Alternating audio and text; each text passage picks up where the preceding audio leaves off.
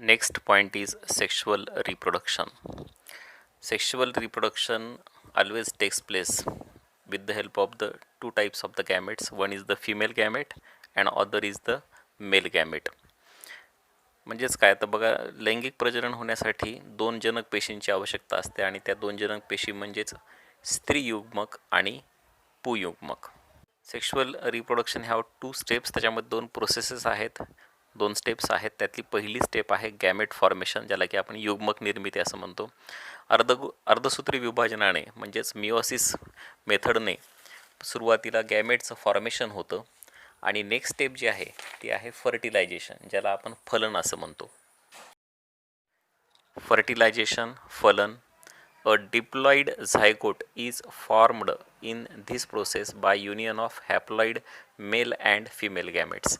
आता जे स्त्रीयुग्मक आणि पुयुग्मक आहेत हे दोन्हीही हॅप्लॉइड असतात. हॅप्लॉइड म्हणजे ज्याला की आपण यन ह्या शब्दाने इंडिकेट करतो आणि मराठीमध्ये त्याला आपण एकगुणी जनक पेशी असं म्हणतो.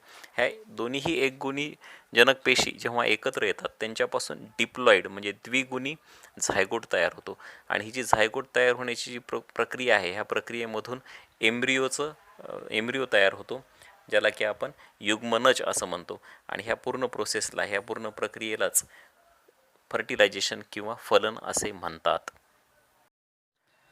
Now we are going to discuss sexual reproduction in plants as well as sexual reproduction in human beings. So firstly we shall discuss sexual reproduction in plants. आता प्लॅन्ट्सच्या बाबतीत, वनस्पतींच्या बाबतीत लैंगिक प्रजनन कसं होतं तर त्यासाठी आपल्यासमोर एक आकृती आहे. पार्ट्स ऑफ फ्लावर्स, फुलांचे अंतररंग, आणि याच्यामध्ये जे विविध पार्ट्स आहेत त्या पार्ट्सचा समावेश ह्या सेक्शुअल रिप्रोडक्शन प्रोसेसमध्ये होत असतो. तर ते आता आपण समजून घेऊ. See the figure.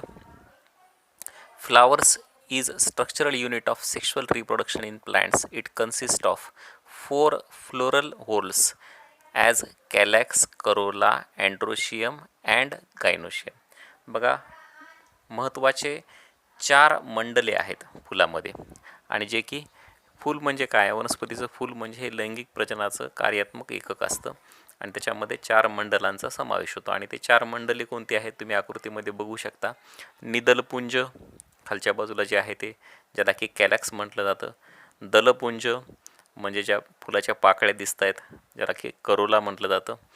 पुमंग म्हणजेच अँड्रोशियम, इंग्लिशमध्ये त्याला आपण अँड्रोशियम म्हणतो. त्याच्यामध्ये 2 गोष्टींचा समावेश होतो. एक आहे परागकोश, ज्याला की अँथर असं म्हटलं जातं, आणि दुसरं आहे व्रंत म्हणजेच filament.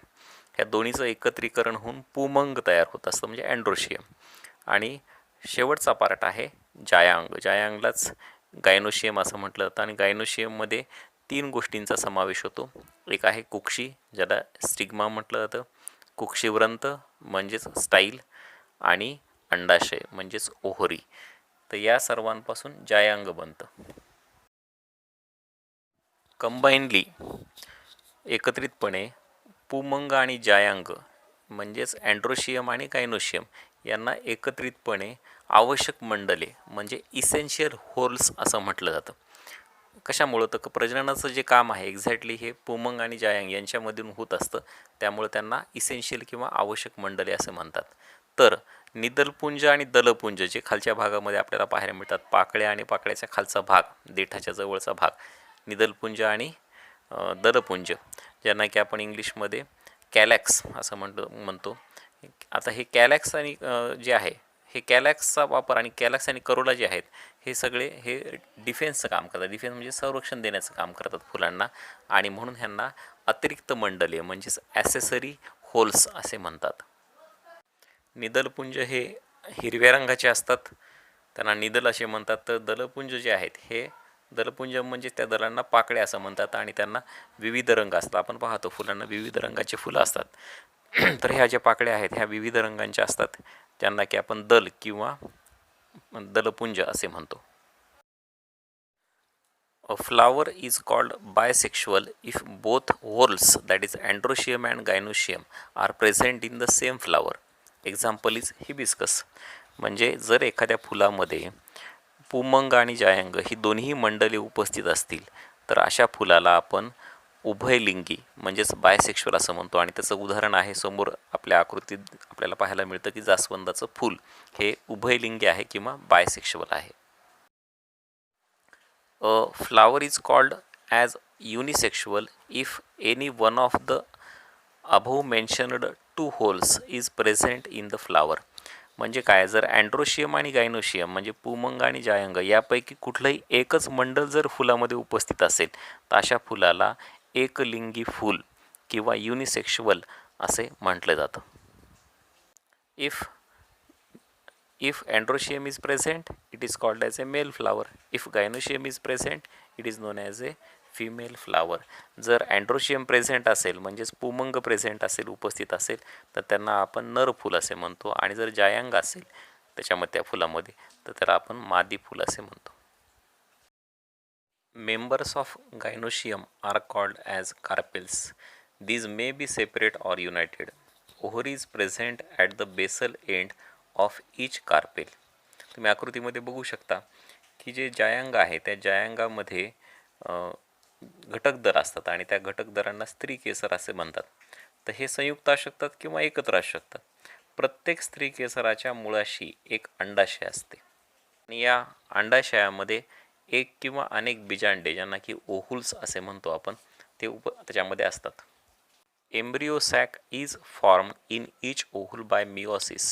Each embryo sac consists of a haploid egg cell and two haploid polar nuclei.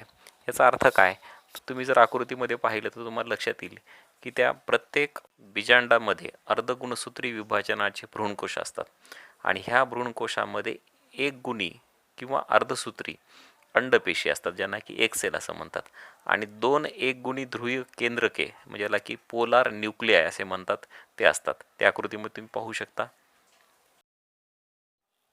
जे पोलन ग्रेन्स आहेत अँथरमध्ये प्रेझेंट असणारे म्हणजे परागकोशामध्ये असणारे परागकण जे आहेत ते स्त्री केसरच्या कुक्षीवर स्थानांतरित होतात. They are transferred to the stigma and this process is called as a pollination. त्यालाच परागन किंवा परागीभवन असे म्हणतात. पॉलिनेशन प्रोसेस होण्यासाठी परागन होण्यासाठी माध्यमाची गरज असते आणि ते जे माध्यम आहे ते जे मीडियम आहे ते एक तर अजैविक घटक असतात. अजैविक घटकामध्ये वारा आणि पाणी यांचा समावेश होतो आणि दुसरं म्हणजे जैविक घटक असतात ज्यामध्ये कीटक पक्षी इतर प्राणी यांचा समावेश होतो. आणि परागनाच्या वेळी कुक्षी जी असते ती चिकट असते, स्टिकी असतो पार्ट. दॅट्स वाय जे pollen grains gets sticked with the stigma and they gets germinate. म्हणजे काय होतं एक्झॅक्टली, चिकट कुक्षीवर परागन पडल्यानंतर ते अंकुरित होतात आणि त्यामध्ये दोन पुयुग्मक तयार होतात आणि एक दीर्घ परागनलिकेमध्ये ते तयार होऊन दोन पुयुग्मक वाहून नेले जातात.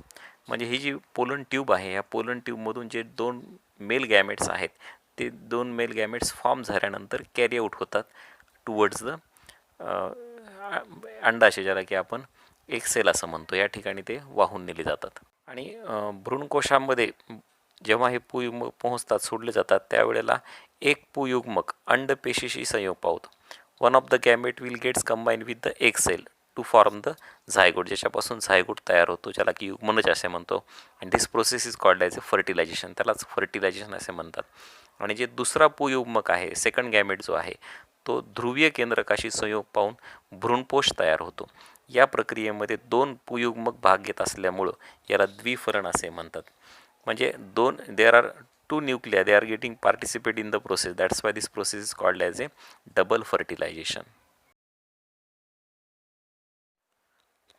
Ovule develops into seed and ovary into fruit after fertilization. Seeds fall upon the ground when fruit break up and they germinate in the soil under favorable conditions. This is called as a seed germination. म्हणजे काय होतं की फलनानंतर जे बीजांडाचे रूपांतरण बीजात होतं आणि अंडाशयाचं रूपांतरण जे आहे ते फळामध्ये होतं आणि फळ फुटून जे बीज जमिनीवर पडतात त्यांच्यापासून मातीमध्ये ते रुजतात आणि त्यांच्यापासून नवीन रोप निर्माण होतं आणि या प्रोसेसला या प्रक्रियेलाच बीजांकुरण असे म्हणतात.